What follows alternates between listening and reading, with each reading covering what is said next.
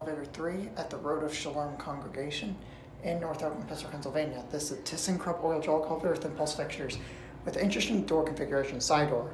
Go down to basement, interior go down.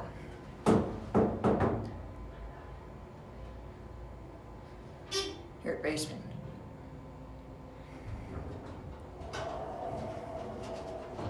This is an old part of this, so obviously I'll work up to 2. Interior go up.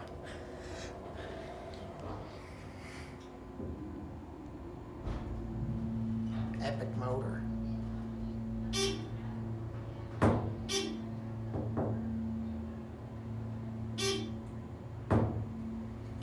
Here too.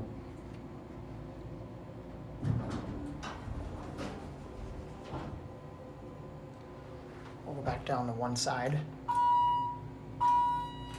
It's on a weird controller. A phone. Certificate installed in 2001. There's a directory, basic cab. Thought it would be nicer, but it's not. There's also a Dover impulse here at the entrance, here back at one side, and a vintage